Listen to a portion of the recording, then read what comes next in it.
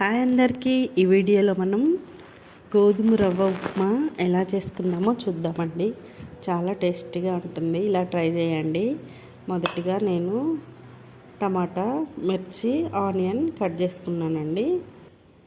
ఇప్పుడు ప్యాన్ పెట్టుకొని అందులో ఆయిల్ వేసుకొని పోపు దినుసులు, వేరుశెనగ పప్పులు వేసుకోండి, చాలా బాగుంటుంది.